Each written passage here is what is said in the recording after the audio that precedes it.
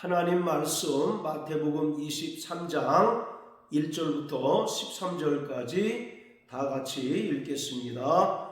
이에 예수께서 무리와 제자들에게 말씀하여 가라사대 서기관들과 바리새인들이 모세의 자리에 앉았으니 그러므로 무엇이든지 저희의 말하는 바는 행하고 지키되 저희의 하는 행위는 본받지 말라. 저희는 말만 하고 행치 아니하며 또 무거운 짐을 묶어 사람의 어깨에 지우되 자기는 이것을 한 손가락으로도 움직이려 하지 아니하며 저희 모든 행위를 사람에게 보이고자 하여 하나니 곧 그 차는 경문을 넓게 하며 옷수를 크게 하고 잔치의 상석과 회당의 상좌와 시장에서 문안받는 것과 사람에게 랍비라 칭함을 받는 것을 좋아하느니라.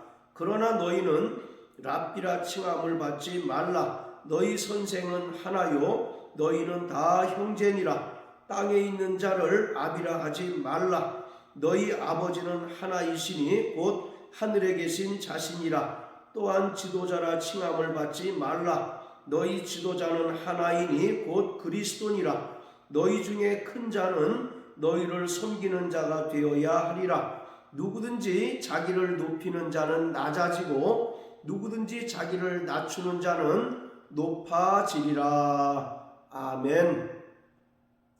본문은 예수님께서 당시의 유대 종교 지도자들인 바리새인들과 서기관들을 책망하신 내용입니다. 예수님께서는 바리새인과 서기관들의 종교적인 위선과 교만을 책망하셨습니다. 그런데 무엇보다 예수님을 분노케 하고 예수님으로 하여금 바리새인과 서기관들을 강하게 책망하게 한 것은 그들이 잘못된 가르침으로 이스라엘 백성을 지옥길로 인도하는 것 때문이었습니다. 자, 13절 화 있을진저 외식하는 서기관들과 바리새인들이여 너희는 천국문을 사람들 앞에서 닫고 너희도 들어가지 않고 들어가려 하는 자도 들어가지 못하게 하는도다.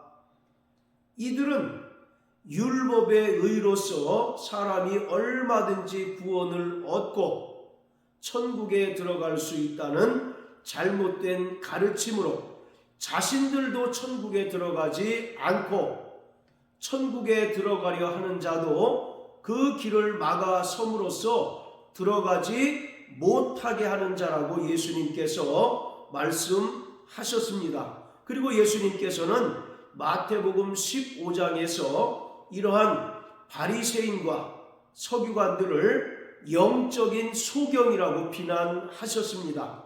자, 마태복음 15장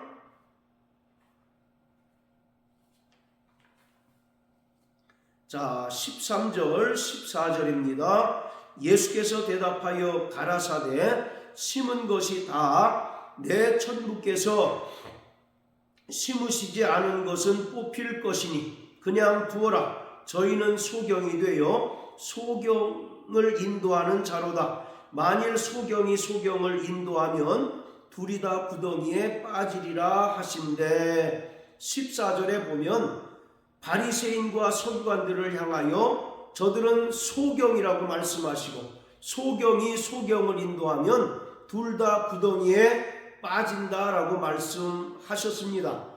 바리새인과 서기관들이 예수님의 제자들이 음식을 먹기 전에 손을 씻지 않는 것을 보고 예수님께 어찌하여 당신의 제자들이 장로들의 유전을 지키지 않습니까? 라고 비난하였습니다. 이때 예수님께서는 바리새인과 서기관들을 향하여 너희는 사람의 유전을 통하여 하나님의 말씀을 폐하는도다 라고 말씀하시고 하신 말씀이 바로 14절입니다.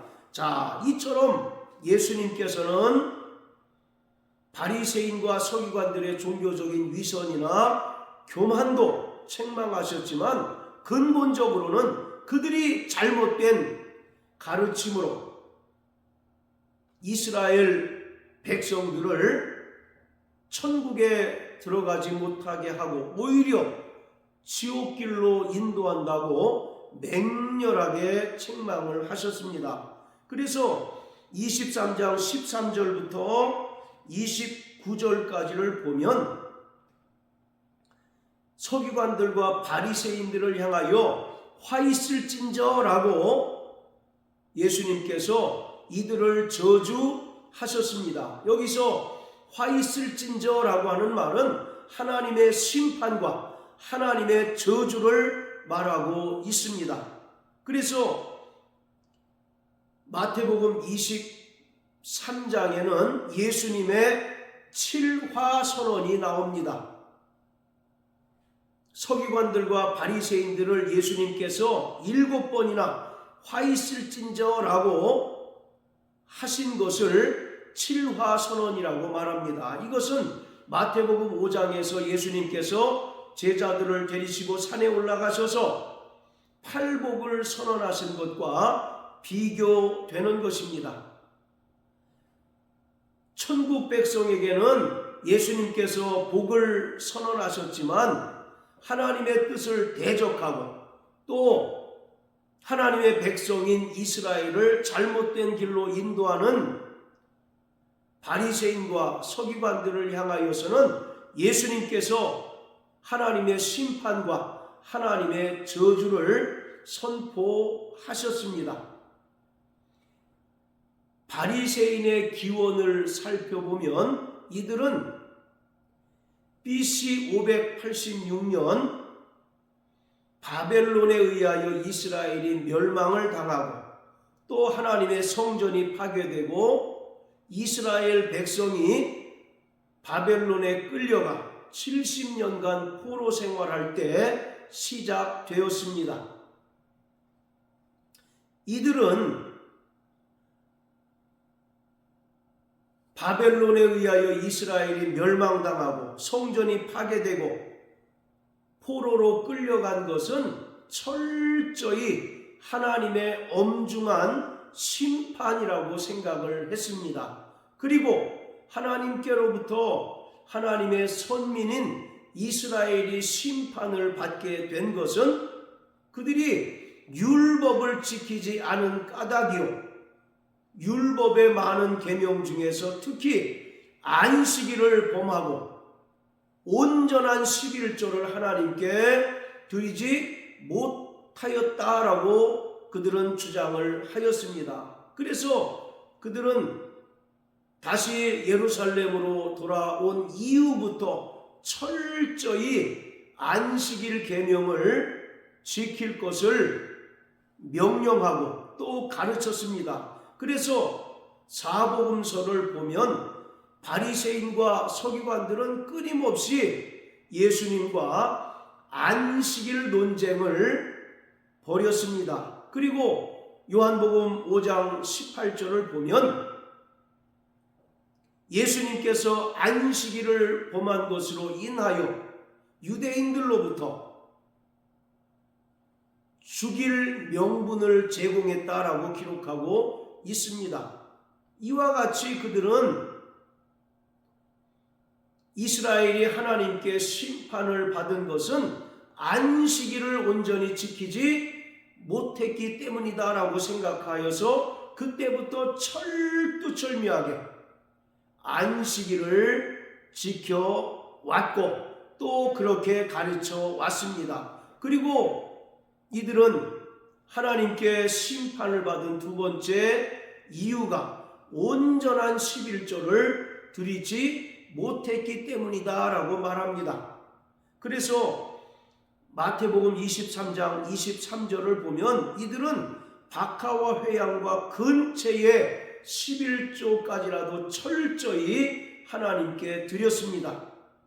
그들의 경건의 일정 부분은 주님께서도 인정을 하셨습니다. 그러나 그들이 율법의 잣구에 충실히 이행하는 한편 율법의 근본 정신을 망각한 것을 예수님께서 비난하셨습니다. 너희가 박하와 회양과 근처의 11조를 들이되 율법의 근본 정신인 의와 인과 신을 버렸다라고 책망을 하였습니다. 자, 이렇게 바리새인들은 율법을 엄격히 지키고 세속과 철저히 분리되어서 경건한 삶을 살던 자들이었습니다. 그래서 바리새라고 하는 말은 분리주의자, 긍정적으로는 바로 경건주의자들이라는 의미입니다. 이들은 바벨론 포로에서 돌아온 이후부터 철저히 안식일 계명을 지키고 또 온전한 11조를 하나님께 드릴 것을 이스라엘 백성들에게 가르쳤습니다. 자, 이처럼 누구보다도 율법을 철저히 지키고 율법의 신봉자로 자처할 뿐만 아니라 하나님을 누구보다도 잘 믿고 잘 섬긴다고 자처하는 바리새인과 서기관들을 예수님께서는 맹렬하게 책망을 하셨습니다. 이것은 바로 율법과 복음의 충돌입니다. 바로 율법과 은혜의 충돌입니다.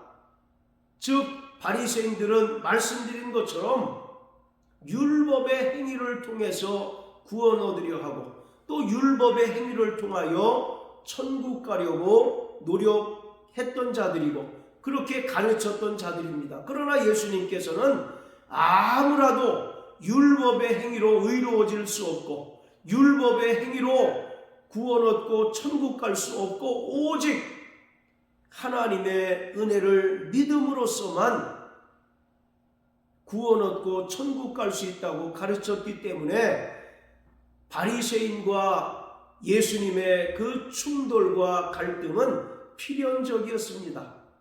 그러면서 예수님께서는 이들이 바로 천국길을 가로막는 자들이다 라고 비난하시고 또 이들을 향하여 저주하신 것입니다.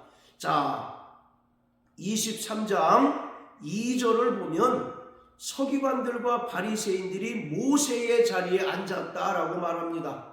여기서 모세의 자리에 앉았다라는 것은 이들이 율법의 선생이요 또 율법의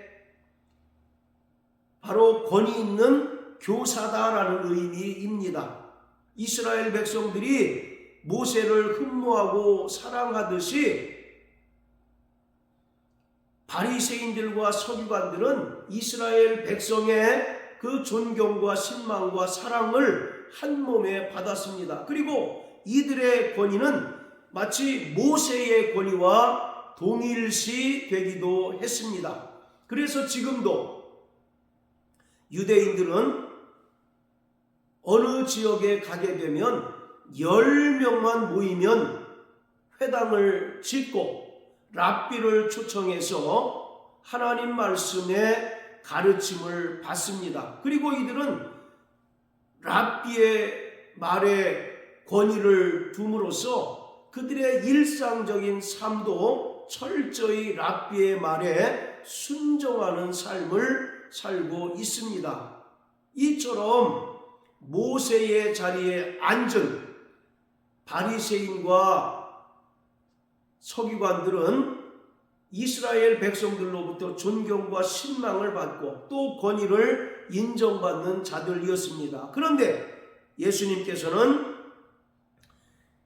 바로 3절, 4절을 통해서 그들의 언행 불일치의 모습을 폭로하였습니다.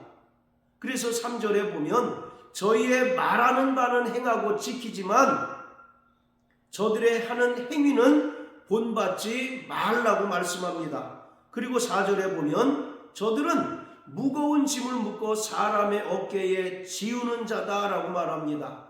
여기서 무거운 짐이라고 하는 것은 수고하고 무거운 율법의 짐을 말합니다.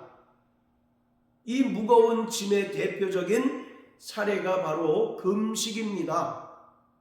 구약 율법에서 규정하고 있는 공식적인 금식의 날은 1년에 하루 대속죄일입니다. 하나님께서는 모세를 통해서 이스라엘 백성들에게 명령하시기를 대속죄일에는 스스로 자기 몸을 괴롭게 하라고 말씀하십니다. 여기서 자기 몸을 괴롭게 한다는 것은 금식을 말하고 있습니다. 이처럼 공식적인 금식의 날은 단 하루이지만 후대에 가면 갈수록 율법의 선생과 교사들은 금식의 날을 더 추가합니다. 그래서 바리새인들은 일주일에 2번씩 금식을 합니다. 일주일에 2번씩 금식을 하면 1년이면 100일이 넘는 날을 금식하는 것이고 거의 1년 중에 3분의 1을 금식하게 되는 것입니다.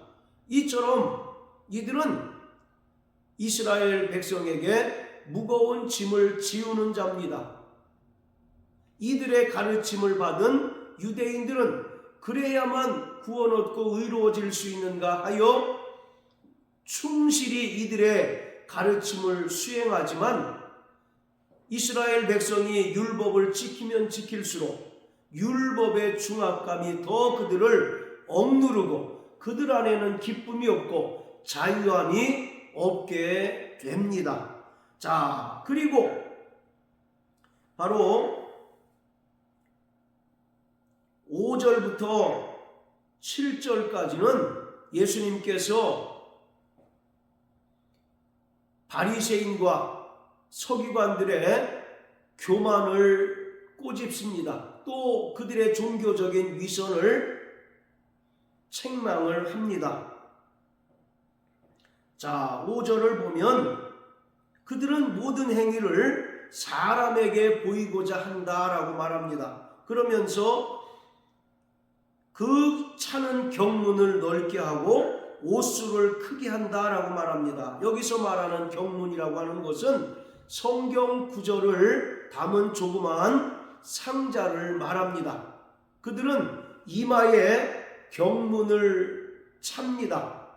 이것은 그들이 경건한 유대인이고 철저히 율법에 순종하는 자라는 의미인데 이들은 자신들이 율법에 누구보다 정통하고 또 누구보다 율법을 잘 지킨다는 의미로 그 경문을 점점 더 크게 만든다라고 말합니다. 그리고 옷수를 크게 한다라고 하는 것은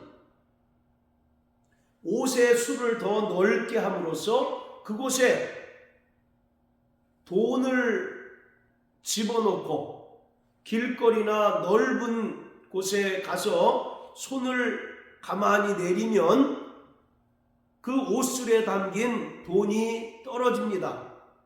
그리고 그것을 발견한 자들이 그것을 주워 사용함으로써 바리새인들은 이것을 구제의 방법으로 활용합니다. 그래서 옷수를 크게 한다라고 하는 말은 그들이 무엇보다 구제에 힘쓴다는 것을 말합니다.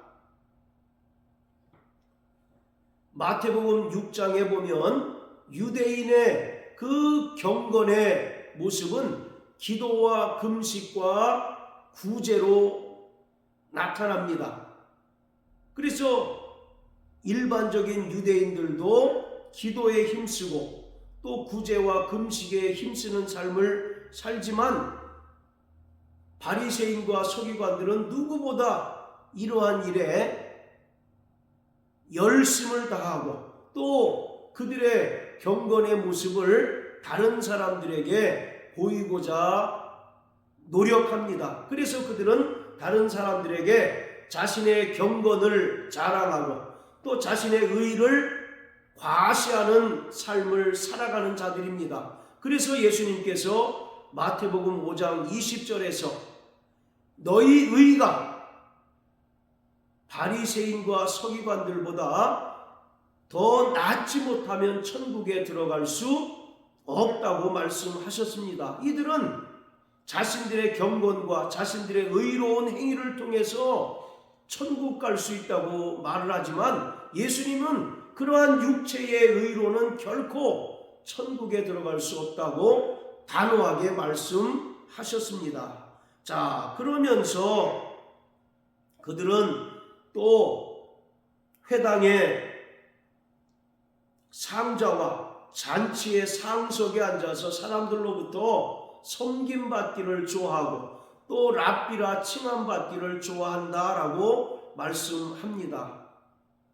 예수님께서는 이러한 바리새인과 서기관들의 종교적인 위선과 교만을 책망하시고 또 무엇보다 그들의 잘못된 가르침으로 이스라엘 백성들이 지옥길로 향하는 것을 안타까워하시며 그러한 가르침을 전하는 바리새인과 서기관들을 맹렬하게 책망하셨습니다. 그러면서 11절 12절의 말씀을 통해서 큰 자는 너희를 섬기는 자가 되어야 한다라고 말합니다. 그리고 자기를 높이는 자는 철저히 낮아지고 자기를 낮추는 자는 높아질 것을 말씀하셨습니다. 이것은 누구든지 그리스도 예수의 마음을 품으라고 말씀하신 것입니다. 예수님께서는 만물의 주관자이시며 창조자이신 하나님이시지만 이 땅에 철저히 지극히 낮은 자로 오셔서 죄인된 인간들을 섬기시고 그 섬김으로 구원해 주셨습니다. 그러므로 사랑하는 성도 여러분, 우리는 정말 하나님과 사람 앞에 진실되고 정직한 자가 되어야 합니다. 그리고 무엇보다 철저히 진리의 말씀에 순종하는 자들이 되어야 합니다. 우리가 영생 천국에 들어가는 길은 육체의 행위를 통해서가 아니라 오직 하나님께서 우리에게 베풀어 주신 그 은혜를 믿는 것과 또 주의 말씀에 철저히 순종하는 것에 달려 있습니다. 그러므로 일평생 주 예수의 은혜를 의지하고 하나님 말씀에 순종하는 삶을 살아내는 저와 여러분들 되시길 예수님 이름으로 축복합니다. 할렐루야.